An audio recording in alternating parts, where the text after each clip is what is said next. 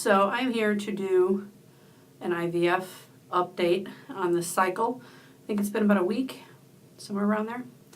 And last I left you, I was about to start stimulation injections. So I don't remember the exact date I started those. I didn't put it on my little cheat sheet here. But I remember it was a little over a week ago, maybe a week and a half ago. And it was a Wednesday, whatever day that was. And they went okay. Because I had already went through the whole needle craziness with the Lupron. Unfortunately, you seem to get used to these injections the further you go along. And a lot of people told me that, and I didn't want to believe them, just because I've never been through this before. And the needles were just really freaking me out. But thankfully, everybody was right. Some people said after 2 or 3 days I'd get used to it. For me, it was about a week, actually. About a week into that, I got much better with it. And then when we added on the... I didn't even make a full week with Lupron, if you go back to my last video. So about halfway through these stimulation injections is when I finally started getting used to it. But I was on Menopur and Follistim, and then, of course, the Lupron was still there, but the dose was lowered down. The dose for the Lupron was lowered down to 5 IUs, and it started at 20. And then when I was put on the stimulation injections, I was put on 150 units of both Follistim and Menopur. And other than that, the actual stimulation injections, I'm not positive of what side effects I got. I don't think I got all that moody, though we might have to ask my husband that one. I was getting some crazy headaches the first couple of days, and I honestly don't know if those were side effects of the medicine or if it was my sinuses acting up. I am a very sinusy kind of person. I get all kinds of problems with that, and some of those headaches can be doozies, and these really resembled that. The only difference is, man, they just didn't go away for 3 or 4 days. Thankfully they did, so I honestly don't know if that was a side effect or not. Other than that, for whatever reason, the Follistim pen did the most bruising out of everything. Now, my belly right now looks like one big, huge black and blue mark, but and that's to be expected. But for whatever reason, the Follistim pen appeared to be what kept bruising me. Now, I don't know if that was just the shape of it, and then, when the needle hits your skin, maybe I was just hitting too hard because I was trying to do it quick, because they tell you to do them quick because then they're less painful. I don't know. Other than that, the Menopur, because there's more liquid involved with the Menopur, I found that the Menopur, I don't know if I want to say burned, but it was a very weird sensation that I didn't like. It wasn't painful. The last couple of days of the stimulation injections, everything was painful because I was just running out of spots to stick myself that weren't bruised or red or already stuck. The last 2 days I actually ended up biting the bullet and icing my stomach afterwards because it got pretty painful towards the end. But from the get-go, the actual Menopur injections were not my favorite out of all of them. I don't know, I think it depends on your pharmacy, what kind of syringes they send for you for each medicine. For me, the Menopur syringes I got differed from the videos they actually showed me, which they did say could happen. But the syringes, the thickness of the syringes was normal, but the inside part, if that makes sense, of where the liquid actually goes was quite thin. And you're supposed to mix the Menopur with 1 ml of solution that it comes with. Well, these particular syringes, the plunger was all the way out. So you have the syringe part filled with the liquid and the Menopur all mixed up, and the plunger was all the way out here. It was almost all the way at the end. So it was very awkward to try and inject yourself with that, and then you didn't want to just, push the plunger in really quick. That would probably hurt. Excuse me. So I didn't do it slowly, but I didn't do it fast either. So somewhere in the middle. And I just didn't like the way that feels. I don't know if it was the liquid.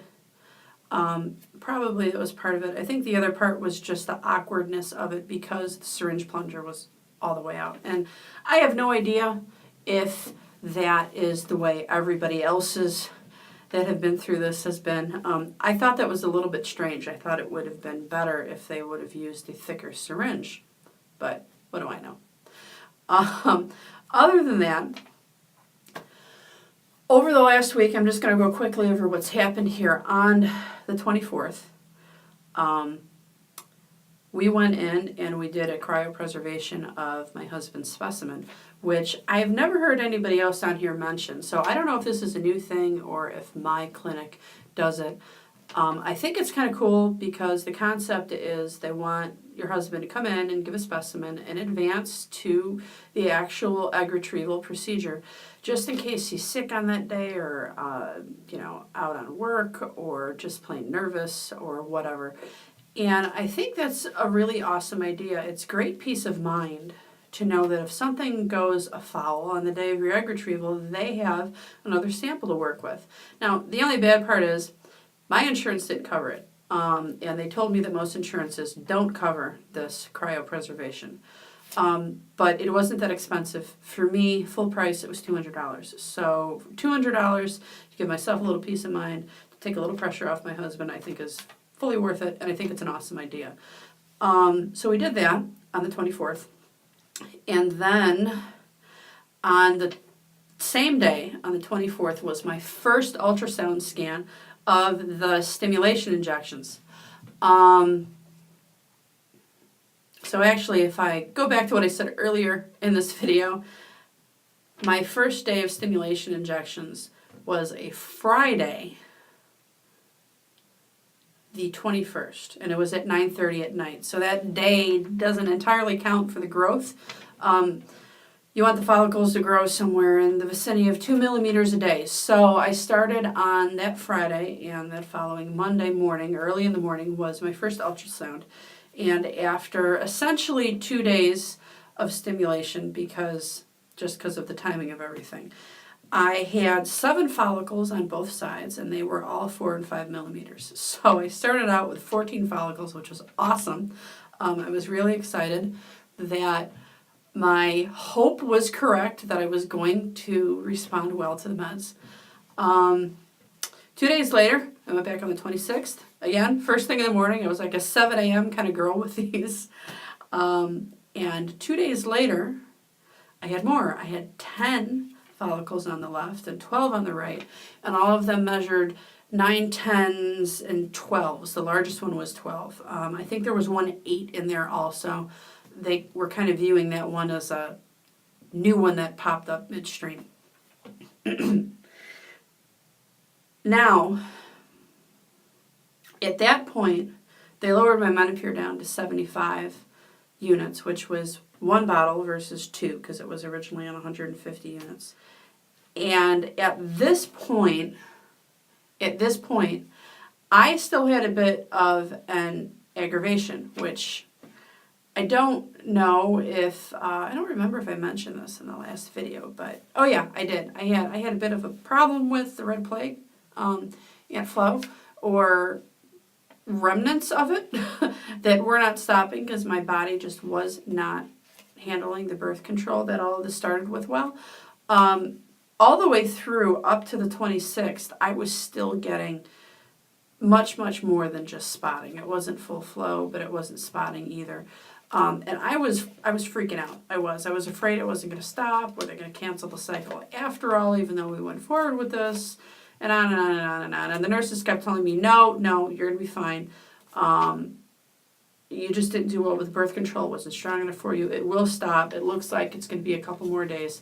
And sure enough, on the 26th, it did finally stop after like 3-ish, maybe more weeks of some version of spotting, bleeding, all that stuff. And the funny part about this is I have this cabinet in my bathroom that has all of my girly materials in it, if you get my meaning. And it was in dire need of being restocked. And I didn't want to restock it. This was Fee's way of thinking positive. I kept telling myself, I'm not going to restock this because the IVF is going to work and I'm not going to need this stuff for 9 to 10 months. See, positive thinking. And I kept putting off and putting it off and putting it off, but the longer that this breakthrough, or whatever you want to call it, was happening, my supplies kept getting lower and lower and lower. I had like 2 tampons left, seriously. And I said, okay, you know what, I can't take this anymore. If it doesn't stop, I'm going to have a problem here. So off to the drugstore I go. I refill all of my supplies, and I did that on the 24th, which was Monday. And then on the 26th, it finally stopped. And I told, I don't know how many people, I said, this is Murphy's Law. This is Murphy's Law. You go out, you refill everything, and it finally stops.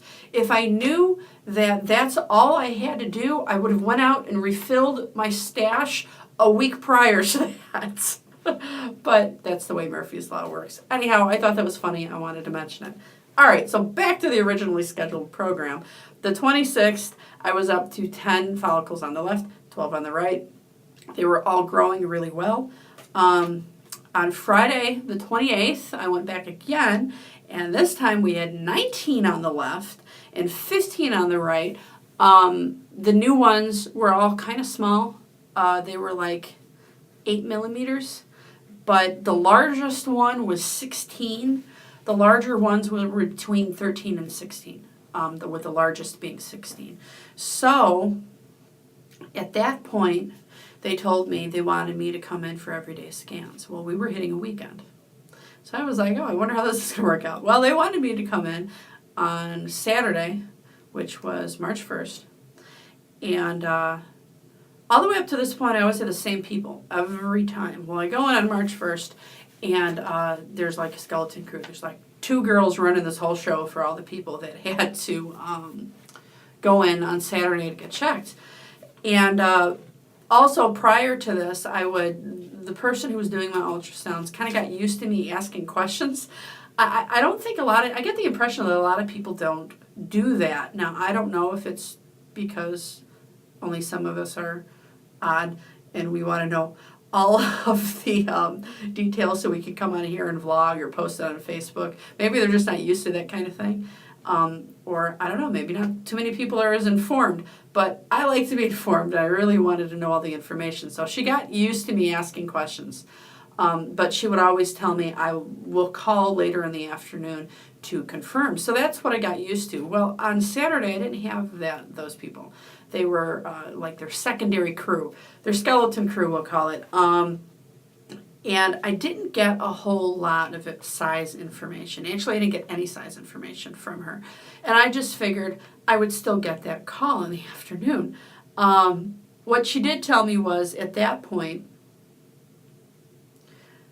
my follicles were getting quite large, and my ovaries were actually pushing on my uterus because of everything that was going on down there, which didn't surprise me, because by this point I was really uncomfortable, and this ultrasound was not comfortable at all.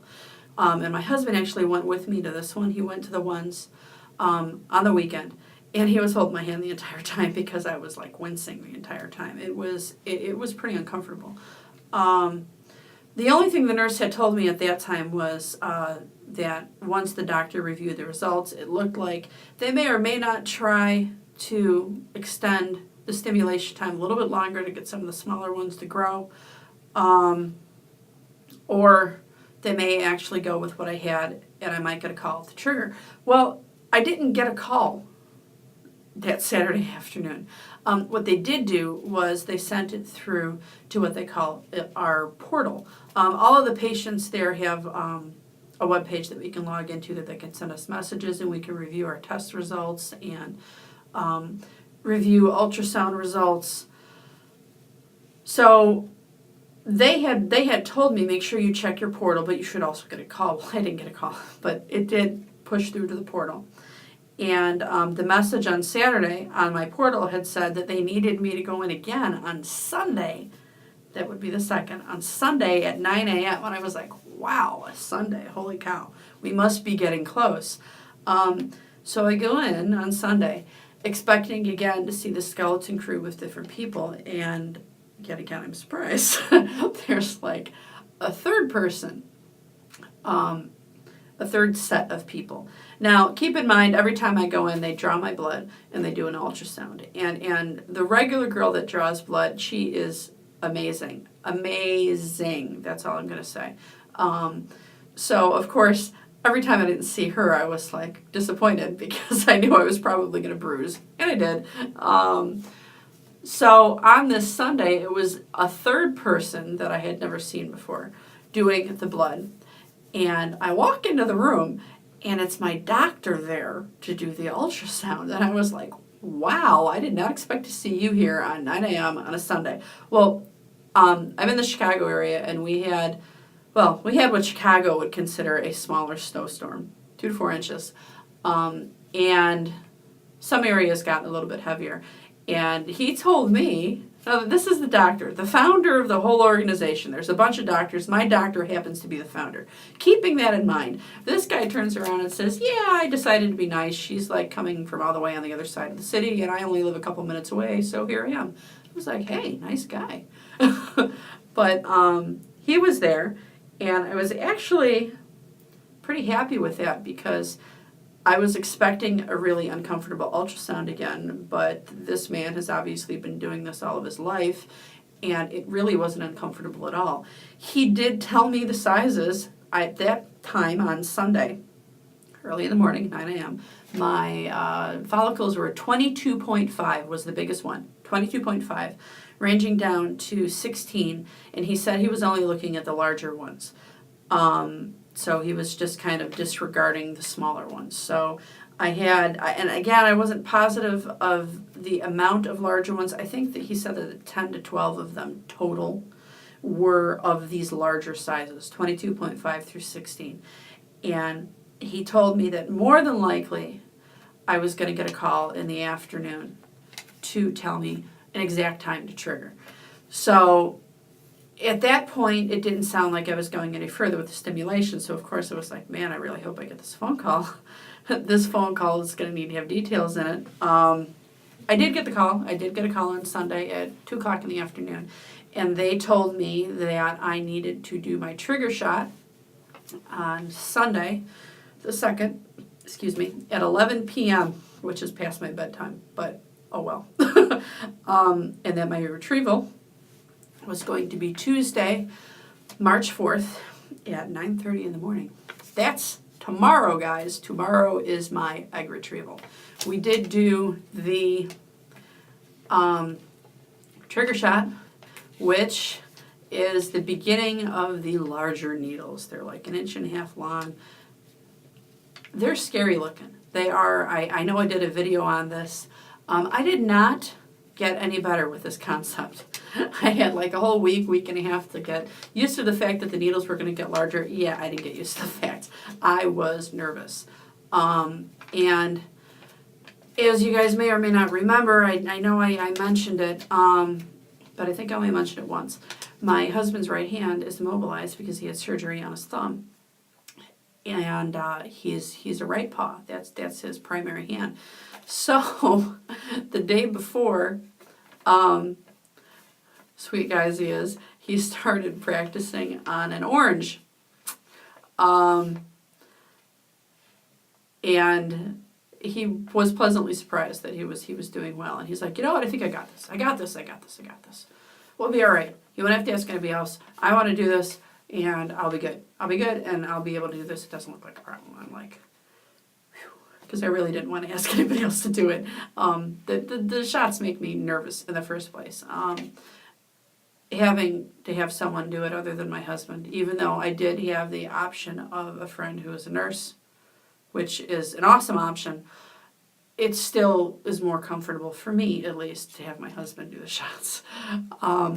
So 11 p.m. rolls around on Sunday, and I'm like, all right, well, let me get the shot ready, and I'm looking at that needle, and I'm like, oh my God. All right. I'm like, all right, what did everyone tell me to do? Okay, so I put the ice on my butt for 5 minutes before. I take it off. And I kind of lean over the counter, and I read somewhere, I don't know if I read this or if someone else told me this, I don't remember, that you like take your feet and like stand like this and then try and put most of your weight on the leg that the needle's not going into. So I'm like, okay, step 1, step 2, step 3. I brace myself. I'm like, okay, go ahead and do it. I'll be fine. It's just a needle. I'll be fine. And then the next thing I knew, now you're supposed to put it in, and then he's supposed to slightly draw back a little bit on the plunger to make sure there's no blood, and then put the medicine in. So I'm like bracing myself, and he goes, okay, you ready for the medicine? And I'm like, the needle's in already? Guys, seriously, I did not feel the needle at all. He did that good of a job. I think he just like, he remembered the nurses telling us that, put it in quick, because if you put it in slow, your wife's going to knock you out. Well, he did a really good job because I didn't feel the needle at all. I was amazed. And like I said, that needle is scary looking. However, I did feel when the medicine was being pushed in. That is a very, very interesting feeling. Obviously worse than the Menopur. It's like the further we go up, the more you feel this stuff. I know some people describe it like a burning or a warm feeling, or maybe I think that's the progesterone and oil shots that feel that way. This shot, the trigger shot, it was just a very strange sensation. I can't really even put an adjective on it. All I know is I did not like it. And I didn't feel the needle come out, but I'd say it couldn't have been more than 15, 20 seconds after the needle was out. It was like, ow. So I like immediately got sore in that spot. Put some more ice on it, went to bed, and I'm okay. I'm okay this morning. But I can definitely see why people switch off from one side to the other when the progesterone and oil shots start, because that needle is a little bit thicker, I think, and it's oil, so obviously you're going to feel it all more. Those shots start the night of my retrieval, so we'll cross that bridge when we get there. But for now, we are doing our egg retrieval tomorrow morning at 9:30, and saying prayers that the eggs are good and that they fertilize. And once we get past that, then I'll change the prayers up. One step at a time with me. One step at a time. So that's all I have. And I see I'm running at like 23 minutes here. I wanted to make this fast, but apparently I talk too much. Hopefully you guys don't mind. That's it. So I will update probably within the next few days as soon as I know something. How many eggs we got, how many fertilized, where we're at. I am at risk for ovarian hyperstimulation, or so he told me, the doctor. So I've been doing the Gatorade and the salt and all of that fun stuff, and I am hoping that I can ward that off, because he did say that if I end up with that any embryos would be frozen and we'd be doing an FET at a later date. At this point, it's been so long, another month or two really should be like a drop in the bucket, but I'm not going to lie, I really, really want to go on a fresh transfer, and it would be awesome if it was later this week. So we'll see. We'll see what's in the cards. That's it. I said that already, didn't I? All right. That's it for sure. Thank you guys, all of you guys that have been on my Facebook, sending me prayers. They are appreciated. I hope this all goes well. But it's in God's hands now, and I hope this is in His plan to make this work. I will talk to you guys later. And all the rest of you who are trying, good luck. You're in my prayers, and it's going to work for all of us soon. It is. Keep telling myself that. It's going to work. Talk to you guys later. Bye.